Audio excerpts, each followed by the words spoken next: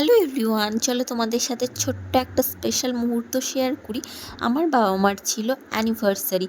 সব প্রথম এই কেকটা দেখায়, এটা শ্রাবণী দি আর আমার বোন নিয়ে এসেছিলো। যদিও আমার মার রজনীগন্ধা অনেক পছন্দ, তবুও লাল গোলাপ আনা হয়েছিল।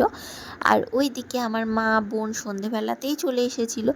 এখানটায় আমি ডেকোরেশন শুরু করে দিয়েছি, কারণ আমার বাবা দোকান থেকে চলে এসে এরপরই হবে সেলিব্রেশন। তো এখানটায় আমি ক্যান্ডেল দিয়ে সব কিছু সাজিয়ে নিচ্ছি। আর সব থেকে বেশি এক্সাইটেড তো মিঠি রানী ছিল। হ্যাঁ, বসে পড়ো, চাকু ধরো, বাথরুম থেকে বেরাও। যদিও এটা ওটা ব্যস্ততার কারণে সেরকমভাবে কোনো কিছুই করে উঠতে পারিনি। যেটুকু করেছি সেটুকু এই সুন্দর মুহূর্তটাকে ধরে রাখার জন্য এখানে আমি কেকটা কাট করে সবাইকে দেওয়ার জন্য রেডি করছিলাম।